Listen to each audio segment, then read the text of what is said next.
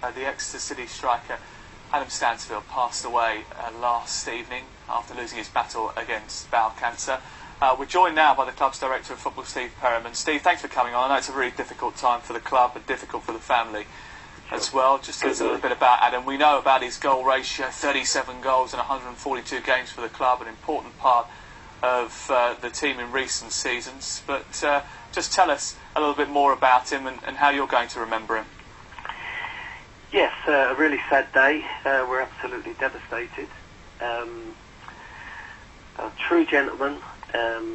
You mentioned some facts and figures there of his career, but you know, these are real people we're talking about with feelings, and he was a super pro.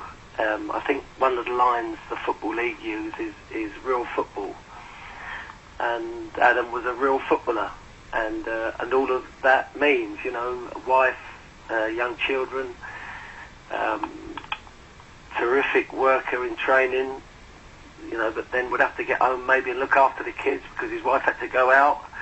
That type, you know, it's real football, and with real football problems, if you like, and family problems. So absolutely devastated. He joined us when we were in the conference, a local lad, come up through the non-league system, and had trials at Exeter, and for whatever reason wasn't taken on.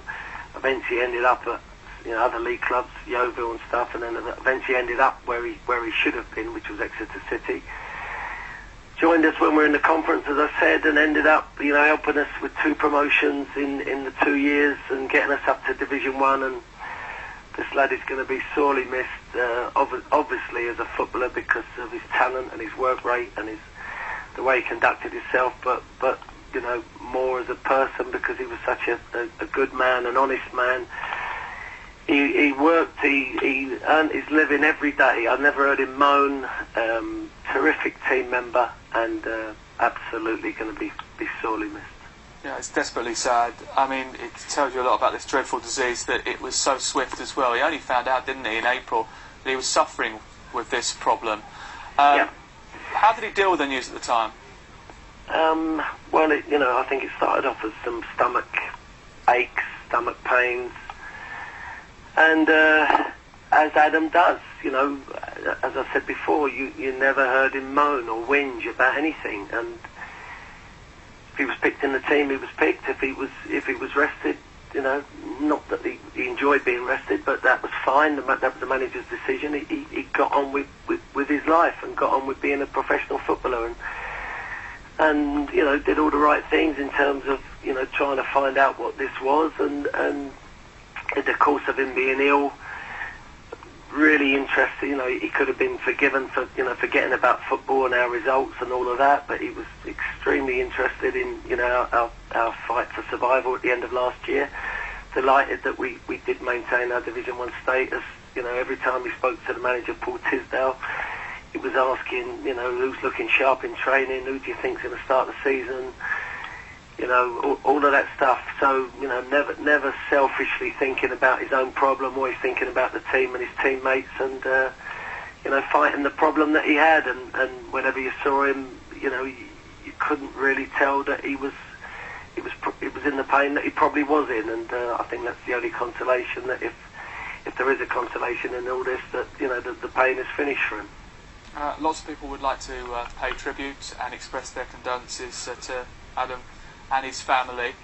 Could you just tell us what the club are doing in order to help that process?